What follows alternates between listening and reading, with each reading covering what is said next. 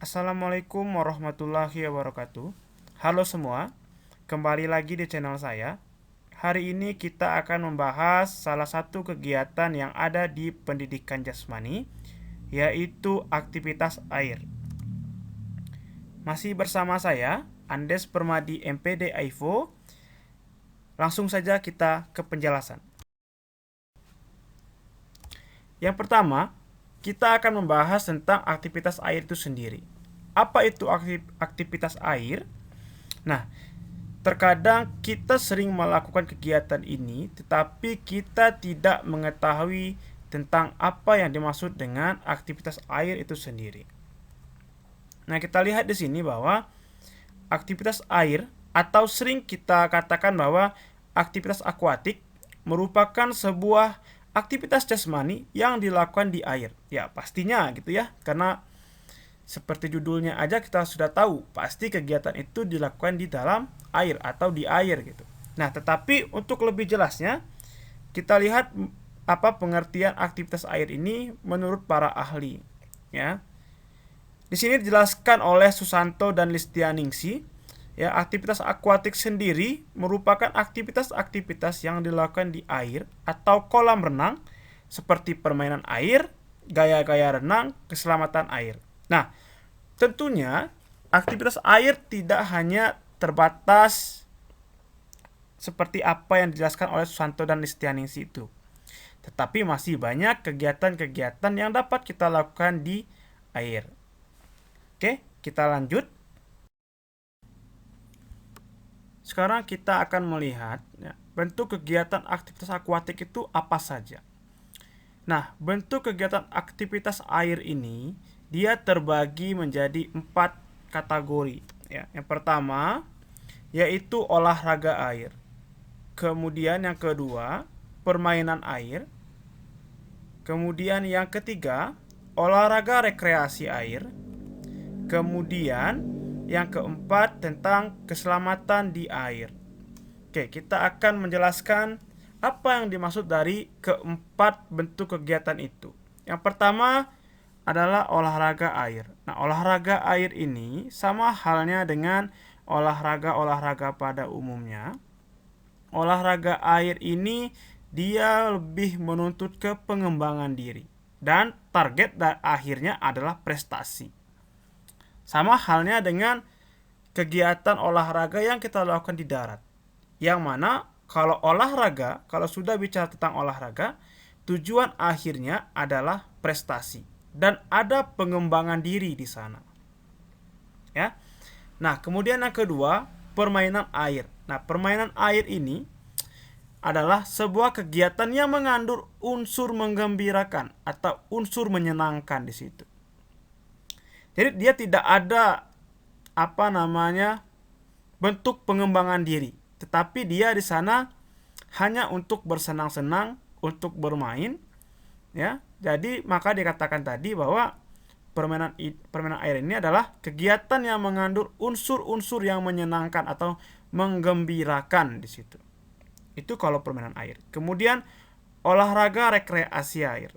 Nah, olahraga rekreasi ini ya ada bentuk kegiatan yang mengandung unsur pengembangan diri, tetapi juga dia memiliki unsur yang menyenangkan, unsur yang menggembirakan. Jadi dicampur di situ. Kalau tadi olahraga pengembangan diri saja, kemudian di permainan air itu hanya sekedar bersenang-senang saja, tetapi di olahraga rekreasi dia dicampur di situ. Ya, dia ada pengembangan dirinya. Kemudian ada unsur yang menyenangkannya. Kemudian tujuan akhirnya bisa untuk bersenang-senang dan juga bisa untuk mencapai prestasi. Jadi dua tujuannya di situ. Ya, itu kalau olahraga rekreasi. Kemudian keselamatan di air. Nah, di keselamatan air ini adalah bagaimana caranya kita melakukan tindakan-tindakan yang dapat membantu korban yang mengalami kecelakaan di air, atau singkatnya adalah kita memahami tentang pertolongan pertama pada kecelakaan di dalam air, seperti itu ya. Nah, jadi keempat bentuk kegiatan ini sering dilakukan oleh orang-orang. Nah, kita lihat ya, kita langsung saja melihat apa saja bentuk-bentuk dari olahraga air, kemudian apa saja contoh permainan-permainan air, kemudian olahraga rekreasi gitu. Kita langsung saja kita lihat. Sekarang kita akan melihat contoh-contoh aktivitas akuatik atau aktivitas yang dapat dilakukan di dalam air. Kalau tadi ya, bentuk-bentuk kegiatannya ada olahraga air, permainan air, kemudian olahraga rekreasi di air, kemudian ada penyelamatan di dalam air. Nah, kita akan melihat ya, yang pertama adalah olahraga air. Apa contoh olahraga air itu? Yang pertama, renang. Kemudian yang kedua ada polo air. Nah, tentunya kedua bentuk olahraga ini sudah familiar sekali di telinga kita atau terkadang sering kita lakukan gitu ya. Nah, renang. Renang ini hampir setiap orang pernah melakukannya. Baik itu di kolam berenang, di laut, kemudian di sungai maupun di danau ya. Karena renang ini sangat dekat dengan kehidupan manusia. Nah, renang ini dia memiliki 4 gaya yang kita kenal gitu ya. Ada gaya bebas, gaya dada, kemudian gaya punggung, ada gaya kupu-kupu gitu. Nah, terkadang kita manusia ya, kita sudah bisa berenang gitu. Karena memang aktivitas kita terkadang sangat dekat sekali dengan air gitu. Ya. Kemudian ada polo air. Nah, polo air ini bisa dikatakan sebagai sepak bolanya air gitu. Ya, karena proses permainannya sama dengan sepak bola, dia ada gawang, ada kiper, ada pemain, ya. Sehingga sering dikatakan sebagai sepak bola air. Yaitu permainan air. Apa saja contoh-contoh permainan air? Nah, yang pertama ada banana boat. Kemudian yang kedua ada flying fish. Kemudian ada flying board gitu ya. Nah, ini saya contohkan ada 3. Nah, di sini dia tidak ada tujuan untuk mengembangkan diri atau dia tidak ada tujuan untuk mencapai prestasi. Tetapi di sini tujuannya adalah untuk bergembira saja atau bersenang-senang saja. Bisa dilakukan dengan secara kuat, dengan keluarga, dengan teman-teman atau kelompok ya, sehingga permainan air ini dikategorikan adalah sebagai kegiatan yang digunakan untuk bergembira situ. Nah, dalam permainan air ini ya biasanya juga kegiatan-kegiatan ini dilakukan untuk memajukan wisata ya, untuk memajukan wisata. Makanya sering dikatakan bahwa di sini adalah kegiatan aktivitas wisata untuk permainan air ini gitu. Ya. Ini banyak ya, biasanya setiap daerah memiliki permainan-permainan air ini gitu. Baik yang di pantai, di kolam renang, di danau, ya banyak sekali untuk permainan air, tidak terbatas gitu ya. Oke, kita lanjut. Kemudian yang ketiga, olahraga rekreasi. Ya. Yang pertama ada arung jeram. Kemudian yang kedua ada jet ski. Kemudian yang ketiga ada kayak gitu. Nah, kegiatan olahraga rekreasi ini kalau digunakan sebagai sarana rekreasi saja ya, dia mengandung unsur-unsur yang menggembirakan seperti kita lihat di contoh gambar ini gitu ya, seperti arung jeram. Nah, arung jeram ini bukan hanya untuk dilombakan saja, tapi dia digunakan untuk berwisata juga ya, baik jet ski maupun kayak gitu. Jadi bisa dikategorikan olahraga wisata juga untuk arung jeram, jet ski, kayak dan lain-lainnya itu. Nah, tetapi olahraga ini bisa juga digunakan untuk mencapai prestasi. Karena di sini untuk olahraga ini dia ada diperlombakan. atau ada dipergunakan untuk pengembangan diri gitu. Ya, seperti jet ski, kayak, arung jeram ini gitu. Jadi ada mata lombanya. Sehingga maka dikatakan dia sebagai olahraga rekreasi. Karena bisa digunakan untuk prestasi, bisa digunakan untuk mengembangkan diri, dan juga bisa digunakan sebagai sarana yang menyenangkan atau sarana rekreasi, ya, untuk bermain-main gitu. Ya. Nah, sehingga harapan saya kita dapat membedakan antara olahraga air dengan olahraga rekreasi dan juga dengan permainan air. Apa saja yang cocok? Misalnya olahraga A cocoknya itu, oh ternyata ini hanya olahraga air saja. Dia tidak cocok untuk olahraga rekreasi atau dia tidak cocok untuk permainan air gitu. Nah, kemudian oh olahraga B ternyata olahraga rekreasi karena dia cocok bisa menjadi permainan, bisa menjadi olahraga saja. Nah, itu tujuannya gitu. Kemudian kita lanjut. Nah, kemudian tentunya dalam setiap kegiatan yang kita lakukan, baik itu proses pembelajaran, ya, tentunya akan ada tujuan.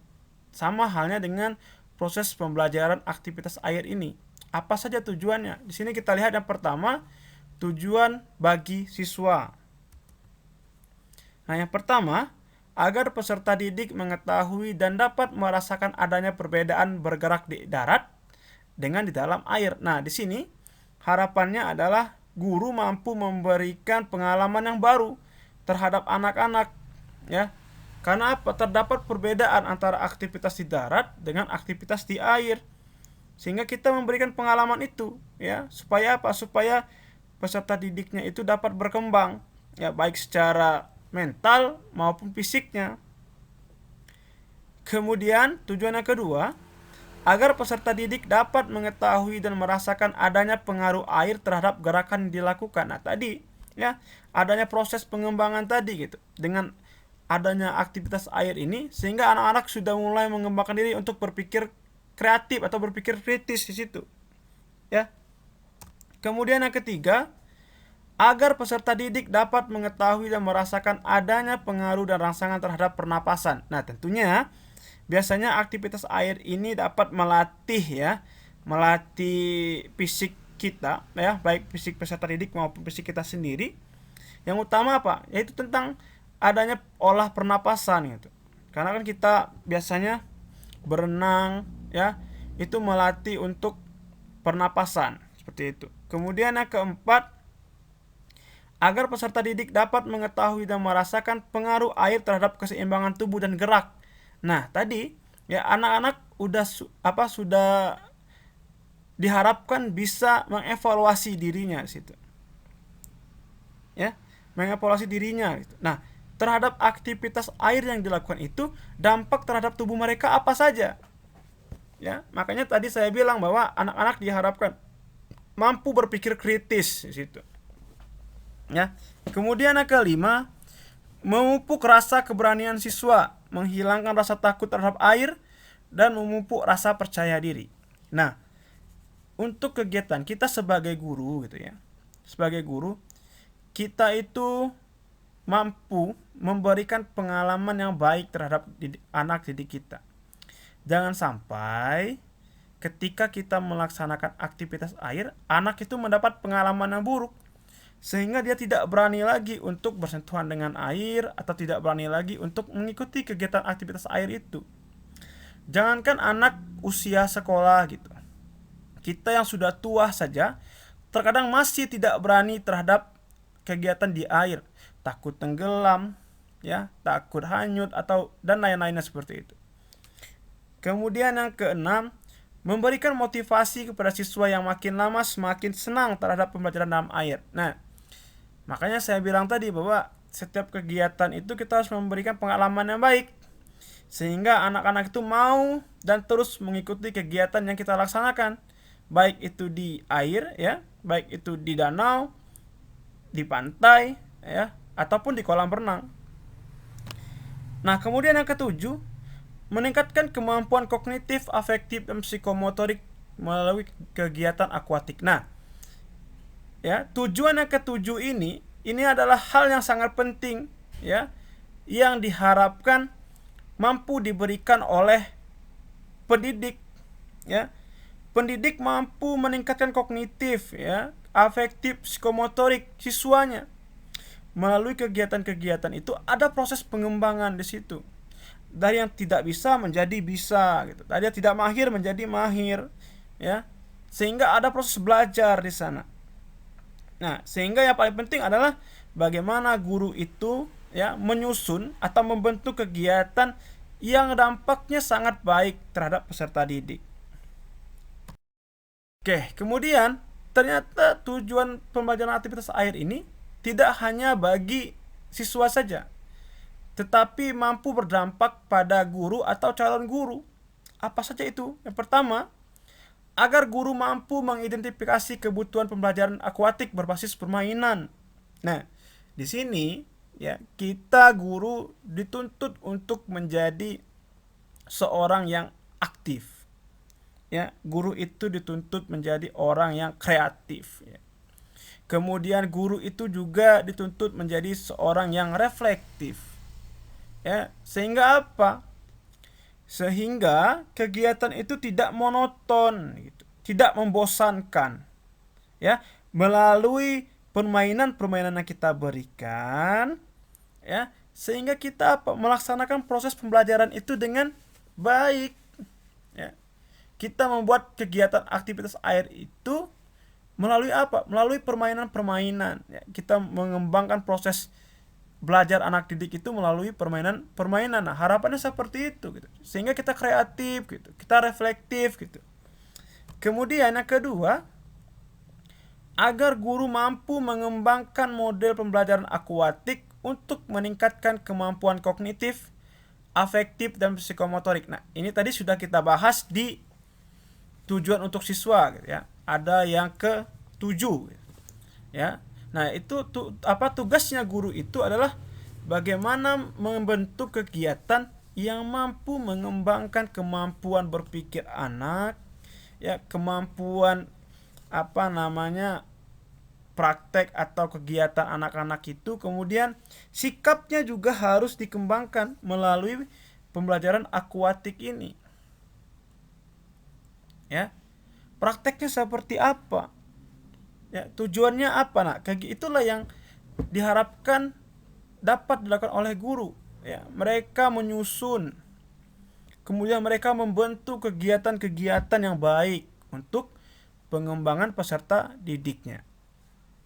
Kemudian yang ketiga, meningkatkan kemampuan guru dalam menangani kecelakaan di dalam air. Nah, harapannya, ya, setelah memahami tentang aktivitas air ini, bukan hanya sekedar proses belajarnya saja, tetapi bagaimana guru itu mampu meminimalisir kecelakaan di air, ya, atau kita mampu melakukan pertolongan pertama pada anak didik kita ketika mereka mengalami kecelakaan di air. Nah, apa yang harus kita lakukan?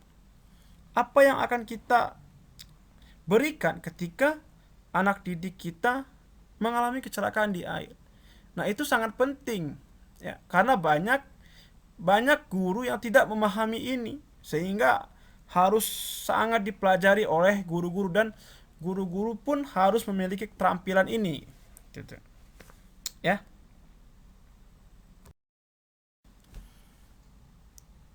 Baiklah, saya rasa cukup penjelasan hari ini.